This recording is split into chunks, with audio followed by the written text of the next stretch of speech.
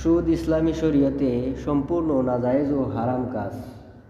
এতে দুনিয়াতে সুখ শান্তি হলেও পরকালে রয়েছে কঠিন শাস্তি। এ সম্পর্কে আল্লাহ তাআলা কোরআন মাজিদের সূরা বাকারার ৭৫ নম্বর আয়াতে রয়েছে, আহাল্লাল্লাহুল বাইআ ওয়া হারামার রিবা। আমি ক্রয় বিক্রয়কে হালাল করেছি এবং সুদকে হারাম করেছি। ইবনে মাজাহ হাদিস গ্রন্থে 2274 নম্বর হাদিসে রয়েছে, হযরত আবু হুরায়রা রাদিয়াল্লাহু তাআলা আনহু থেকে বর্ণিত, নবী করিম সাল্লাল্লাহু আলাইহি সাল্লাম বলেন, সুদের ৭০টি শাখা রয়েছে, তন্মধ্যে নিম্নতর শাখা হলো মায়ের সাথে জিনা করার সমতুল্য। নাউজুবিল্লাহ। মুসনাদে আহমদ হাদিস গ্রন্থে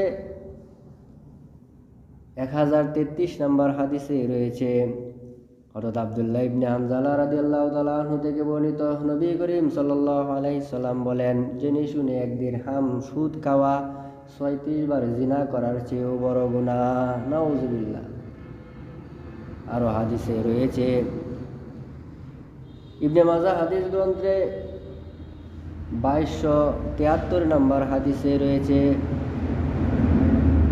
হযরত আবু হুরায়রা রাদিয়াল্লাহু তাআলা আনহু থেকে বর্ণিত, নবী করিম সাল্লাল্লাহু আলাইহি সাল্লাম বলেন, আমি মেরাজের রাত্রিতে যখন আমি একটি গোত্রের পাশ দিয়ে যাচ্ছিলাম, কিছু সংখ্যক লোক দেখতে পেলাম যার পেট ছিল ঘরের মতো বড়, তার ভিতরে সাপ ভর্তি ছিল, বাহির থেকে দেখা যাচ্ছিল।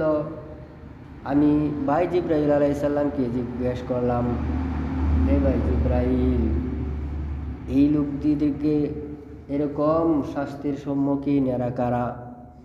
জিবরাইল আলাইহিস সালাতু ওয়াস সালাম বললেন, ইয়া আল্লাহর রাসূল সাল্লাল্লাহু আলাইহি সাল্লাম, এরা হলো আপনার উম্মতের মধ্যে যারা সুদ খাইত ধারা।